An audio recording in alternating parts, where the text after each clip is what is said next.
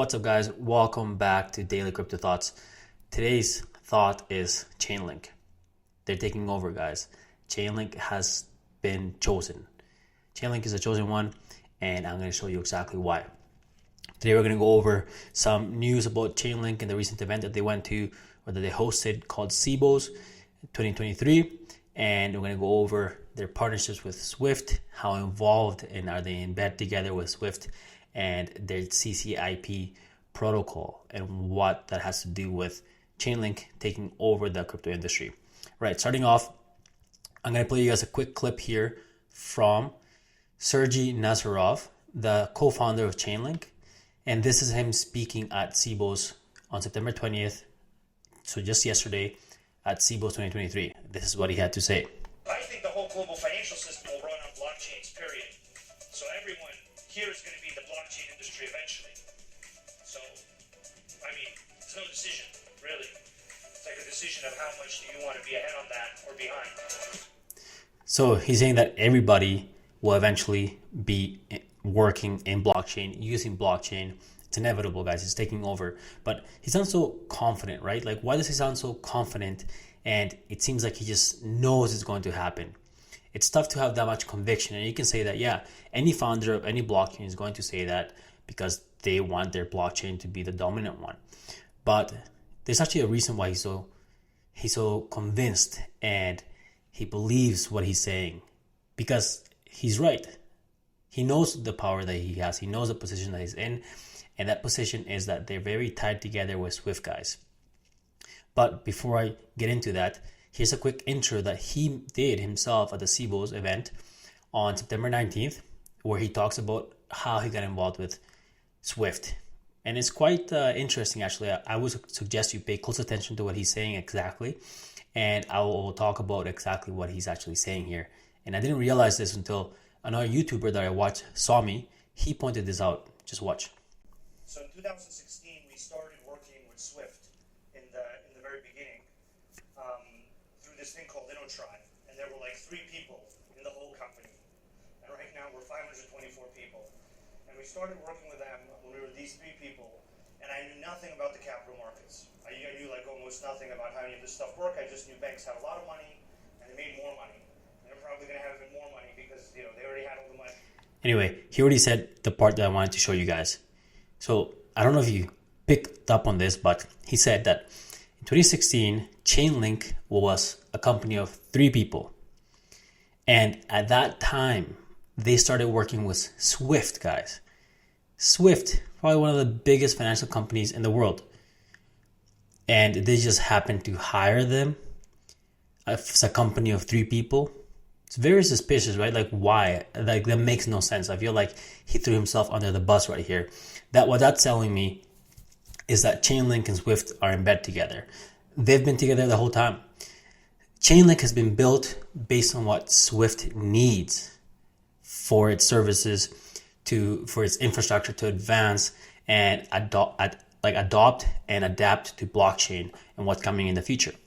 And I'm going to dig into that a little bit here in a press release that they did back in August 31st, titled "Swift Unlocks Potential of Tokenization with Successful Blockchain Experiments." So keep in mind that Chainlink has been working with Swift since 2016, since they were a company of 3 people, which is ridiculous. Like, it makes no sense that Swift would ever partner up with a company like this when they're that small. At that time, Ethereum wasn't even anything. DeFi wasn't a thing, really. So it just goes to show you that these guys have been working together the whole time. And so I'm not saying that's a bad thing. The good thing is that that's very bullish for Chainlink. That means that they're the chosen ones. That's why I said that they're the chosen ones, guys. Right, so digging into this press release here. So one issue challenging investors and institutions, however, is that tokenized assets are managed on different blockchains, each with its own functionality and liquidity profile. Excuse me. Interoperability between these blockchains is crucial. Otherwise, financial institutions must build connections to each platform, creating significant operational challenges and costs.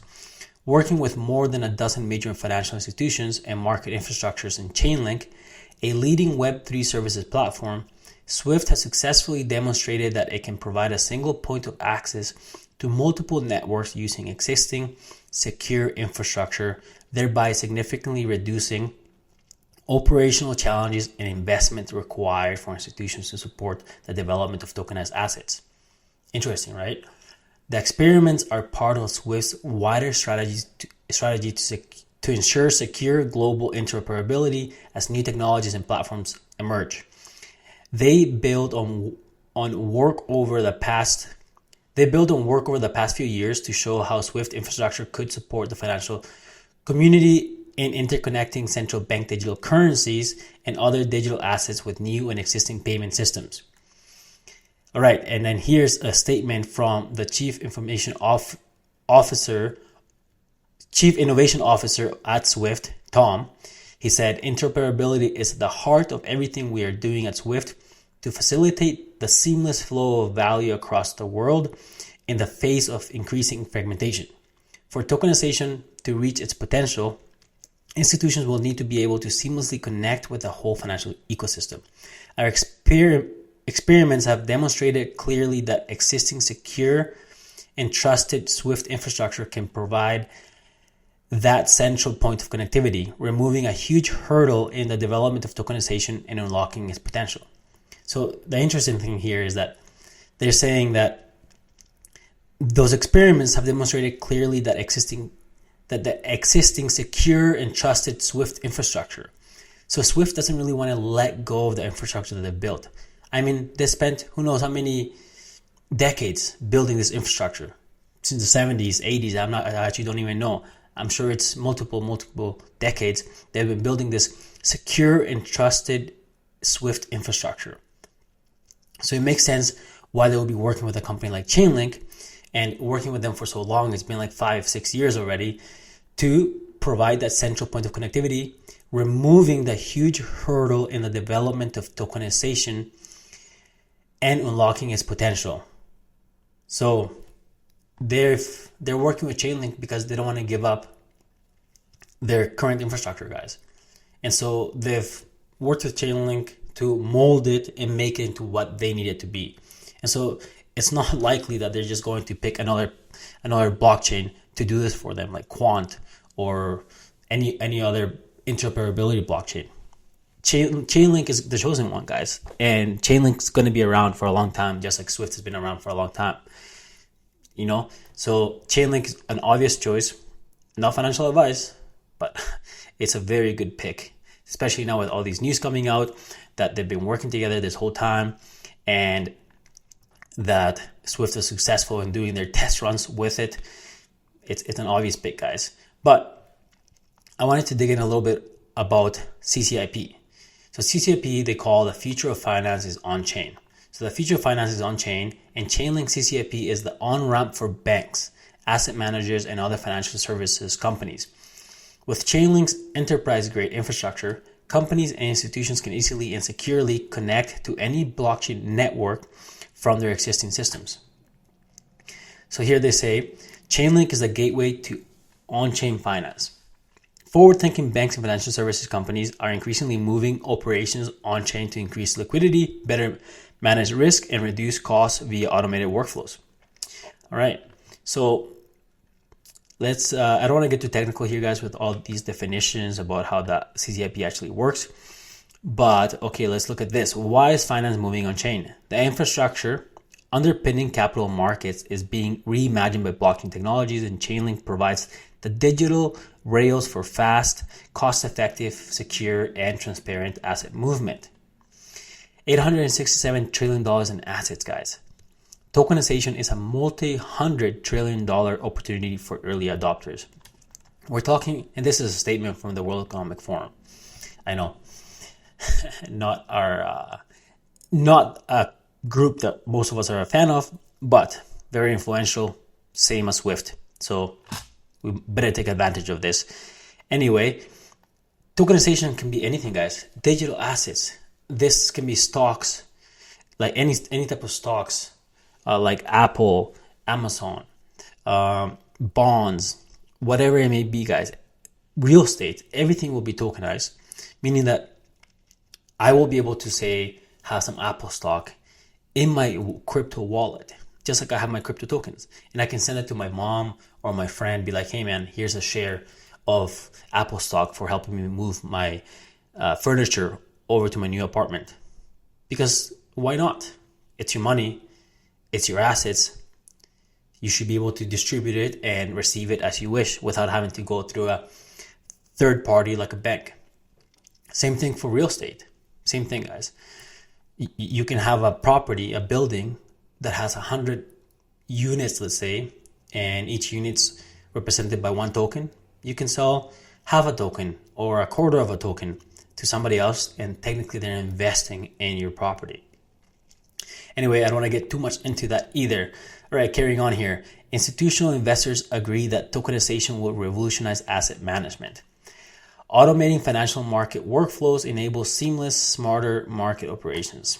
All right, and finally here, a statement by BlackRock, another big dog here, that tokenization of asset classes offers the prospect of driving efficiencies in capital markets, shortening value chains, and improving cost and access for investors.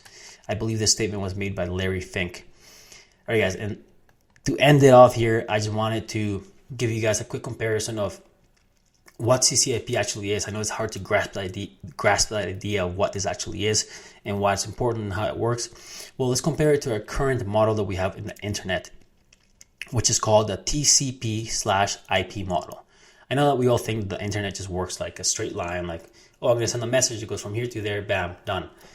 No, guys, it's complicated. That's why they call it the interweb, the web, because there's multiple networks and multiple devices trying to be connected. And what TCP/IP is a data link protocol used on the internet to let computers and other devices send and receive data. TCP/IP stands for Transmission Control Protocol / Internet Protocol, and makes it possible for devices connected to the internet to communicate with one another across networks. This is what CCIP is doing, guys. Exactly what CCIP is doing, except with different blockchains.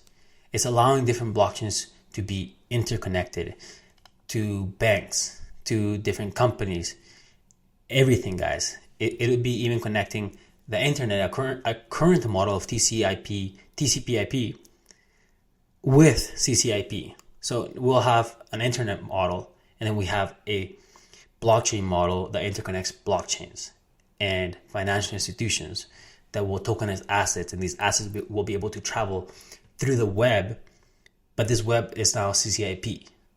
So instead of just sending a text message, you can send crypto, let's say a token, through that text message. Everything will be tokenized, possibly even your messages. Everything will be identified by a unique ID, a unique token. Anyway, that's a brief comparison of what CCIP is compared to our current model. It is the glue, the web of the future internet that we will have, that will be able to transfer value and not just information. Okay, actually, I lied to you. I have one more thing to show you here. And that last thing here is that I just wanted to tell you that the data provided Chainlink's cross-chain interoperability protocol, CCIP, designed to help build cross-chain applications and live since July 2023 for early access users on the Avalanche, Ethereum, Optimism, and Polygon blockchains. All right, guys, with that, I will leave you with this information to do as you please. And just know that right now, Chainlink is sitting at about $6 price, and we will see what it will be in 2025. For me, I'm taking bets on Link. I'm actually a big holder of Quant myself as well, and now I'm sitting here wondering what I should do with my Quant. Should I sell it, switch it to Link? I don't know. What do you guys think? Let me know below if you think I should keep my Quant or if I should sell it for Link. Catch you next time in Daily Crypto Thoughts. Take care.